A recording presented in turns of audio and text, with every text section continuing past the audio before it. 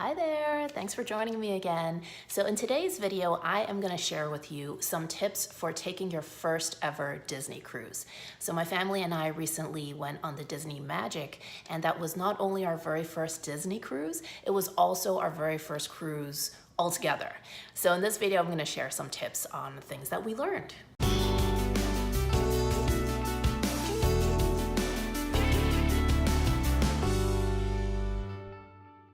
By the way, if you'd like a free copy of the Top Flight Family Travel Guide to the Disney Magic, just go to topflightfamily.com/Disney Magic. Many thanks to Disney Cruise Line for hosting us on this trip. So tip number one is book shore excursions ASAP. So shore excursions are the trips or the experiences you can do once the cruise ship docks at a destination.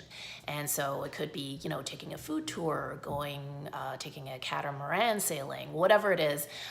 These experiences tend to sell out really quickly. So if it is your first time Disney cruise, then you can actually book your shore excursion as far as 75 days before the sail date. So keep that in mind and try to book as quickly as possible, because if you want to do the experience that you have, or if you want to get the experience that you really want to do, it could quickly sell out. And one thing to keep in mind is that Disney is really great about rewarding its repeat guests. So if you've done multiple Disney cruises, you actually get to book your excursions way earlier than first timers, so keep that in mind. Tip number two is similar to my first tip, but it has to do with the special character experiences. So you want to make sure you book those as quickly as possible as well. So most of the character experience, well, actually, I think pretty much all of the character experiences on Disney cruises are completely free. However, there are certain ones where you do need a special advance reservation for. So two examples of this are the Princess Gathering, which is where you get to meet any of the three princesses. So who exactly is in the group is going to vary, but it's usually like Cinderella, Belle, Princess Tiana, and sometimes Rapunzel. So that is a very popular experience, so you need an advance reservation for that. The other one that you would need an advance reservation for is the Frozen meet and greet, where your kids get to meet with Anna and Elsa. And there's a few other experiences like this. So before you go on your sailing, take a look and see which of the special character experiences you need a reservation for, and book those as quickly as possible. Okay, so similar to shore excursions, you can book these special character experiences up to 75 days before your sail date. Now, what if you get on the cruise and you realize, oh, I totally forgot to book these experiences? Well, not to worry, you can go to the guest services desk on the ship and they can help you secure one of those reservations. And I would just recommend doing it on the very first day of the cruise because again, those do tend to fill up, but they should be able to help you out. So tip number three is book a stateroom on as high of a floor as you can possibly do. And the reason for this is if you haven't been on a cruise before, like for us, it was our first time, you tend to feel the motion of the ocean, the motion of the ocean less the higher up you are. However, the lower you are, the more you're going to feel those motions. And so Serge and I, we actually didn't feel anything at all, and any kind of motion sickness at all for the first couple days. And then there was one evening where we went to one of the bars that was on the bottom, one of the lower floors of the ship. And all of a sudden we were like, whoa, like we're really feeling it.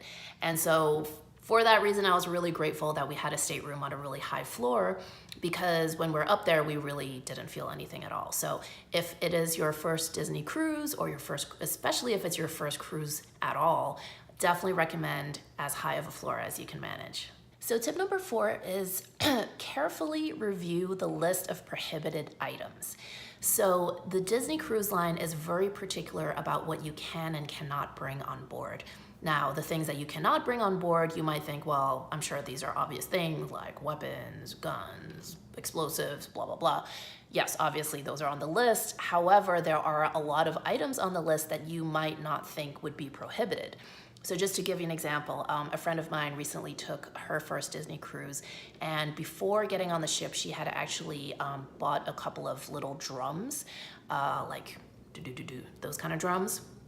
as a souvenir when she was right before getting on the ship. And those drums were actually confiscated from her because they are considered musical instruments, which is one of the categories of items that the Disney Cruise Line prohibits. So I would advise you to just review that list carefully because there may be items on there you're not allowed to bring that may surprise you. So tip number 5 is pack light and do laundry on the ship if you need to. Now, as you know, I am a big proponent of flying carry-on only, which means packing as lightly as possible. And one thing that's really great about the cruise ships is that they all have laundry facilities on the ships. And they're pretty inexpensive. It ends up being about $2 per wash cycle, $2 per dryer cycle. And they also sell detergent right there in the laundry room. I think it's about $1 per box. So this is a great opportunity for you to not have to lug so much stuff around. So just bring enough changes of clothes really for, assuming you're doing one of the shorter cruises, 4 or 5 days. And then if you need to, or if you're doing a longer cruise, then you could always wash your clothes on the ship. They make it super easy because you don't even use cash. You just swipe it on your Key to the World card. Had to check what it was called. So it's just super convenient, and it will allow you to not have to schlep so much stuff along. And keep in mind, the staterooms, even though they are very well designed in terms of storage, they are still small, so you don't necessarily want to cram it with too many items. So pack light, and if you need to, you can always do laundry on the ship. Tip number 6 is to pack water bottles for every member of the family. So throughout the ship, there are drinking fountains and soda fountains. However, the cups that are by these fountains tend to be pretty small. And if you're gonna be, especially if you're spending a lot of time on the outside decks on the ship, you're gonna get hot, you need to stay hydrated. And if you need to keep running back and forth, refilling these tiny little cups, it's going to be kind of a pain. So what I would recommend is pack a water bottle for each member of your family, and then throughout the day, at the beginning of the day, you can basically fill it up, and then that way you have a big bottle of water with you at all times.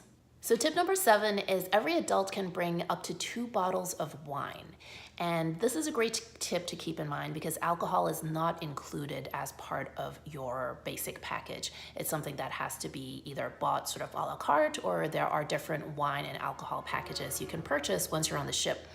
However, excuse me, if you are very particular about the wine you drink, or if you would just like to save a little money, you can actually bring your own wine on board. So assuming there are 2 adults in your party, you can come onto the ship with 4 bottles of wine, which, if it's a short cruise, that's really enough for the whole cruise.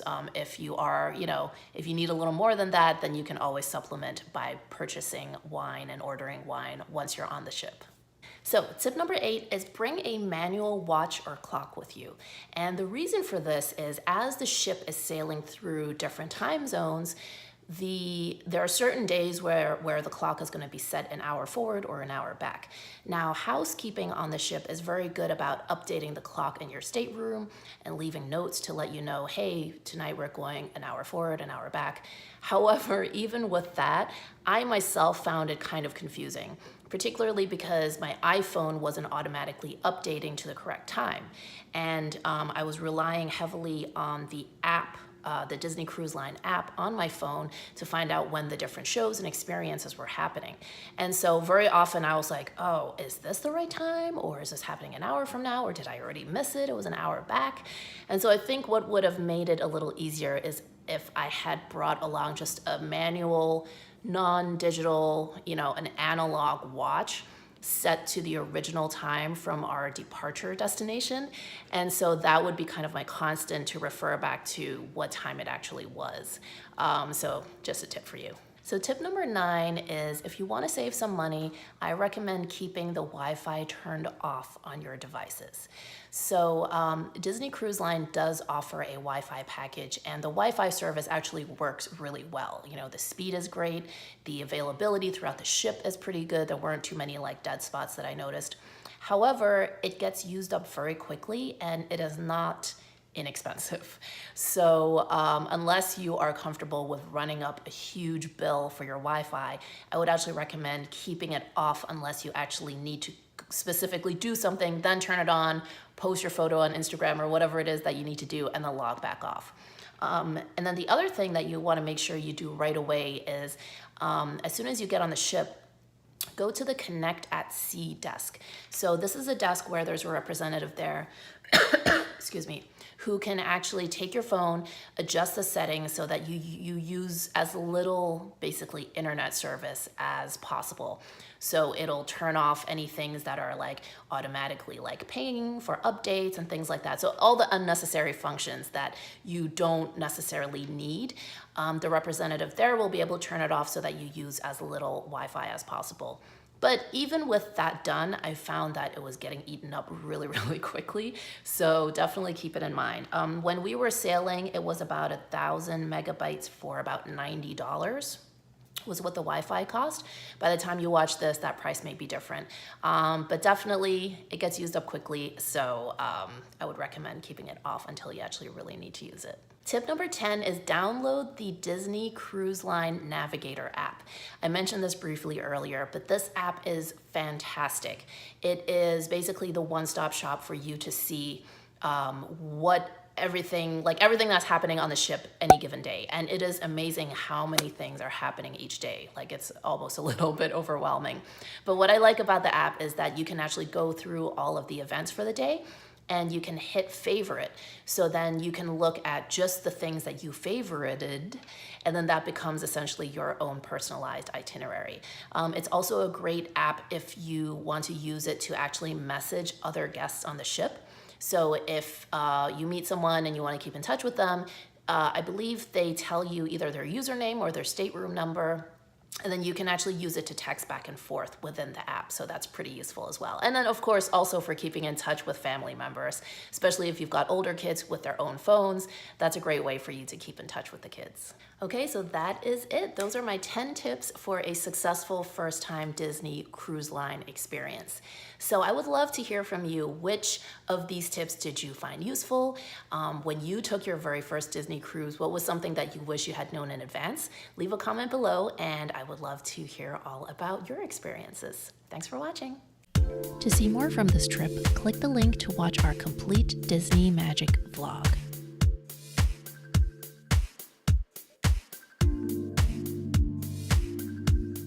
Top Flight family received complimentary airfare, hotel, and cruise for purposes of this video.